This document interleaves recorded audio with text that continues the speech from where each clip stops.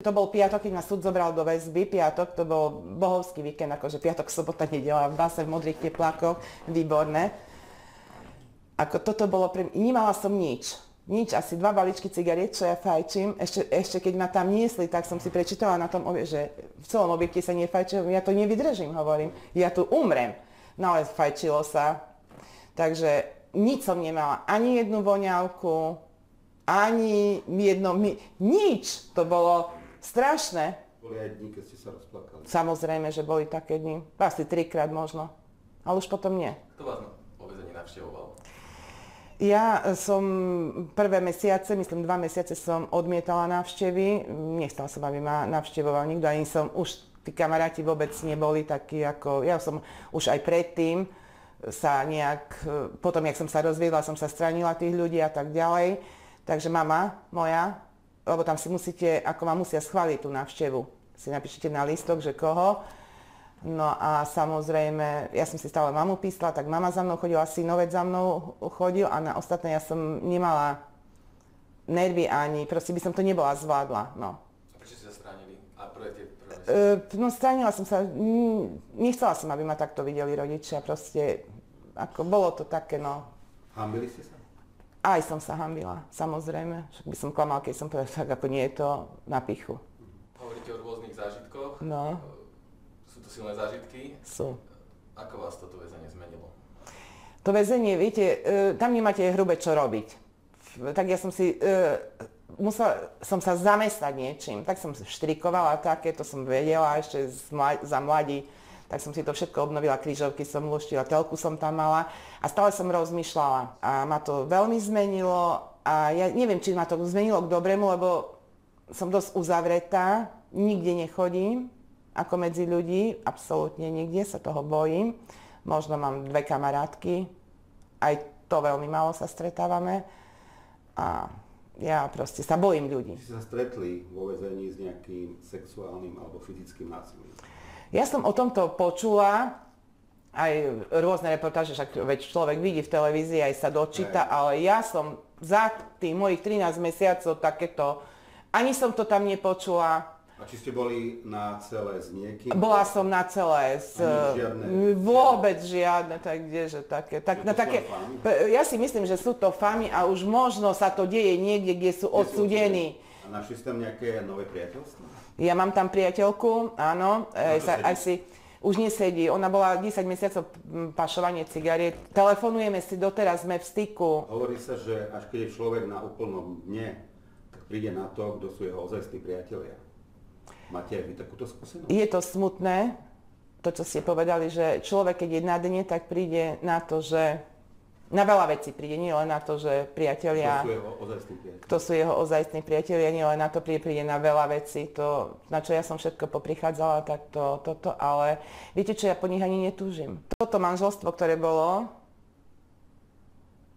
tých 10 rokov, bola najväčšia chyba v mojom živote. Nič neľutujem v živote, ešte ani tú basu neľutujem tak, takže som sa s týmto človekom ja dala dokopy. Všetci moji známi, vrátane mojej rodiny, ma prosili vtedy, aby som to nerobila, aby som sa za takéhoto človeka nevydávala, že či som potratila rozum, však už som mala 44 rokov vtedy. Moja rodina bola z toho hotová, hotoví boli moji známi, ktorí samozrejme aj vtedy už prerušili so mnou kontakty, pretože vedeli, kto to je. A bola to najväčšia chyba v mojom živote a veľmi nerada to hovorím. A veľmi nerada spomínam na toto obdobie, pretože to ma dostalo ešte aj do basy. Šťastie. Čím vás tak opántal? Však predsa ste boli... Ja neviem. Cez 40 ste mali a napriek tomu... No aj napriek tomu ja som sa takto zbastarčila. Ja neviem, či mi preplo, alebo... Ja neviem. Neviem. A teda nepripúšťate, že niekedy sa vy dvaja ešte dáte dokopy? Toto vôbec nie... Je to vaša osudová láska proste, že akože... chvíľu ste spolu, potom ste ale pohádaní? Nie, my sme 4 roky už od seba. Ja som už predtým rok, v 2012 sme sa rozviedli v novembri, už predtým rok som s ním žila len tak, že prišiel, keď niečo potreboval, samozrejme, jak ináč, ale mňa on už dávno nezaujímal. Možno, že to navonok tak vyzeralo, ale... ani ako človek, ani ako manžel, on mňa nezaujímal. Pretože robil mi zle. Je to nejaký vážny vzťah? Nie. Ako, Nie, nemôžem to povedať, lebo ako... No tak randím, no tak ako... čiže máte teraz aktuálne nejaké... No taký... Aj zo Slovenska? Zo Slovenska, no odkiaľ by mal byť? Nie, z Košic, predstavte si, že nie. Bratislava? Nie, A aké mesto? nepoviem A to. je to nejaká známa osoba? Nie je známa. Ešte len bude. A ako dlho ste spolu? Nie, to je... Ja neviem. Ja sa o to nestarám takto. Neriešim to vôbec ako. Je to čerstvé. Nie. Neviem, či to je časté. ste Nebudem, spokojná? sa hámbim sa, no. Nebudem ja taká stará o tom rozprávať. No, Čo má 20 rokov? nie. Je mladší od vás? Áno, O koľko? nepoviem. Nič nepoviem. Dobre, ale ste v tomto vzťahu akože šťastná teraz aktuálne. No, ako výborne, spokojná. Čo robíte aktuálne? Z čoho vlastne žijete? Zo vzduchu. Ale neviem. No však ako som zamestnaná Kde pracujete? v svojej firme. Ako čo? To je... No ja som konateľka a som zamestnanec. A ona je stále aktívna? A stále je aktívna s tým, že teraz vlastne vy firma robíte? nerobí nič, lebo som momentálne mala zdravotné problémy, bola som vypísaná, ale firma je živá, ja som tam zamestnaná. Aký máte plat? 1000 eur hrubé. Mesačne? Áno. Dá sa z toho vyžiť? Vy Ja som veľmi skromná osoba. koľko zvyknete minúť? No fajčím, takže musím cigy si kúpiť. 40 denne? Psi jedia moji, musia jesť. Niečo im musím kúpiť.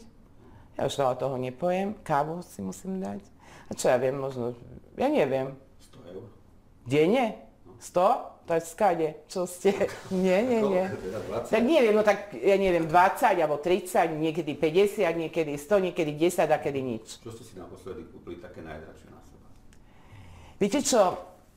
Ja teraz som dostala dosť veci, takže Od koho? nepoviem. Od toho priateľa? Nie, bochra, nie, od druhého. Kamaráta jedného takého. Ale ozaj kamaráta. Čiže dal vám nejaké veci na oblečenie, hej? Nejaké. No mi pošlo tak. Akým majetkom disponujete v súčasnosti? Žiadnym. Či máte dom? Čo je ozaj s domom a na Pereši? Všetko je v súdnom konaní momentálne. Ostali vám ešte nejaké peniaze, treba z minulosti? Tak na čo mám? No tak ako niečo sa nájde. Aké sú vaše plány do budúcnosti? Si načrtnúť? Moje plány teraz som sa dozvedela z internetu, že za 4 roky a 7 mesiacov mám nárok na dôchodok, ísť do dôchodku.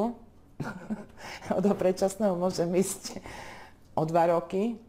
Tak asi pôjdem do toho dôchodku a tak. Neviete, aký budete na dôchodku? No dosť vysoký.